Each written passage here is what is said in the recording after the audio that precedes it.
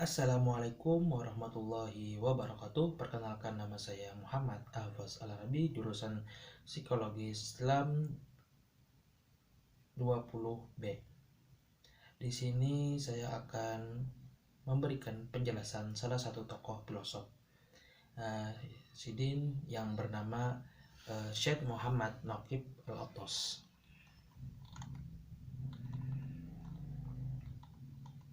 Syekh Muhammad Naqib Al-Attas bin Ali bin Abdullah bin Muhsin bin Muhammad Al-Attas lahir pada tanggal 5 September 1931 di Bogor, Jawa Barat.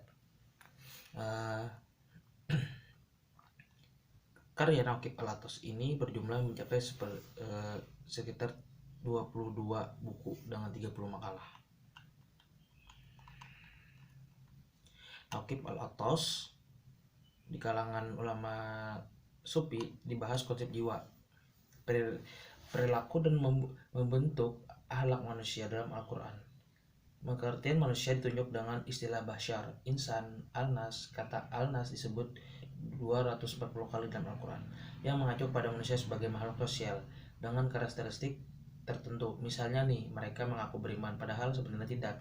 Dalam Al-Quran, eksistensi manusia dapat diwujudkan melalui kiprahnya dalam melakukan tanggung jawab terhadap amanah yang dipukulkan Tuhan di atas pundaknya. Sebagai khalifah di muka bumi, Naqib Al-Attas mengutip pendapat Ibnu Abbas menyebutkan kata insan berasal dari kata mausia yang artinya lupa.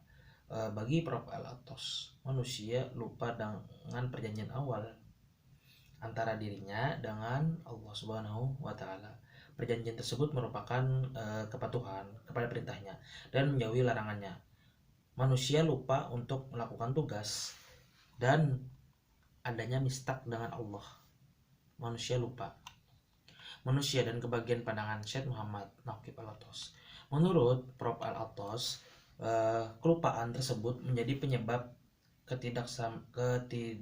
ketidaktaatan manusia, dan ini menggiringnya untuk bertindak tidak adil dan bodoh. Namun Allah Subhanahu wa Ta'ala telah membekali manusia dengan kemampuan dan daya akan visi dan pemahaman yang benar. Allah Subhanahu wa Ta'ala menunjukkan manusia perbuatan yang benar dan salah, yang sepatutnya ia berusaha untuk kebaikan dirinya.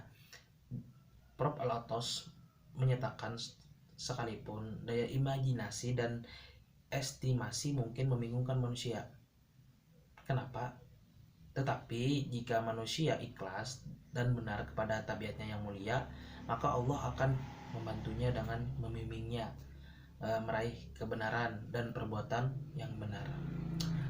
Hati, jiwa, diri, ruh, dan akal yang digunakan dalam keterkaitannya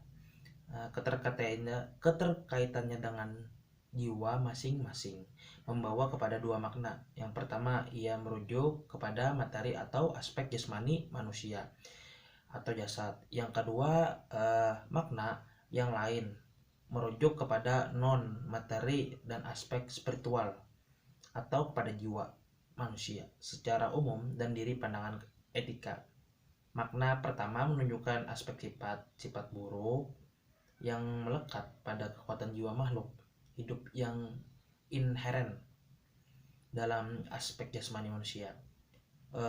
Ini perlu diatur dengan iman yang benar dan amal soleh yang tanpanya justru akan lebih hina dari bintang.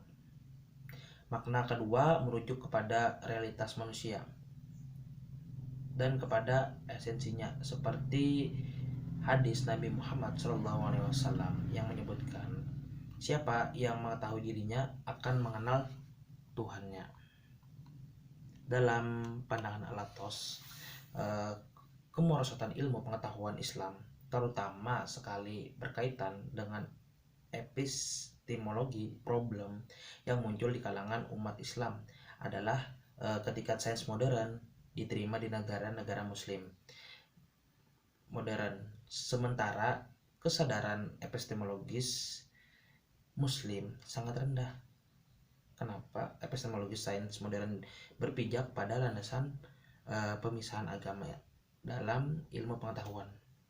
Menurut Al-Attas, dalam Wan Daud, ilmu pengetahuan yang ada saat ini adalah produk dari kebingungan, skeptisme yang meletakkan keraguan, dan spekulasi sederajat dengan metodologi ilmiah dan menjadikannya sebagai alat epistemologi yang valid dalam mencari kebenaran. Tetapi tidak terdapat penjelasan ilmu mana yang dipandang sebagai produk kebingungan. Skeptisme tersebut sejatinya epistemologi